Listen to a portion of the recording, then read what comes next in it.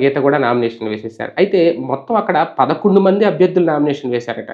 ఇది చాలా కీలకమైన అంశం. ఇంకొక అంశం ఏంటి అంటే, ఈ 11 మంది అభ్యర్థుల్లో వంగా గీతతో పాటు వంగా గీత భర్త విశ్వనాథ్ కూడా, ఆయన కూడా నామినేషన్ వేశారట. ఇక్కడ ఇదే కీలకం. మొత్తం వంగా గీత, విశ్వనాథ్ వైఎస్ఆర్‌సీపీ నుంచి నామినేషన్ వేస్తే, కాంగ్రెస్ నుంచి సత్యానందరావు, జనసేన నుంచి పవన్ కళ్యాణ్, అలాగే వైఎస్ఆర్‌సీపీ నుంచి మళ్ళీ వంగా కాశీ విశ్వనాథ్ ఈయన కూడా నామినేషన్ వేశారు. అలాగే జై భీమ్‌రావ్ భారత్ పార్టీ నుంచి జె మల్లికార్జున, అలాగే భారత చైతన్య యువజన పార్టీ నుంచి Tamannaah Simhadri, pyramid party of India Madduri Veerababu, అలాగే మొగలి లక్షణ మూర్తి ఈయన ఇండిపెండెంట్‌గా పోటీ చేశారు. అలాగే బొలిశెట్టి గౌరీమణి ఈమె కూడా ఇండిపెండెంట్‌గా నామినేషన్ వేశారు.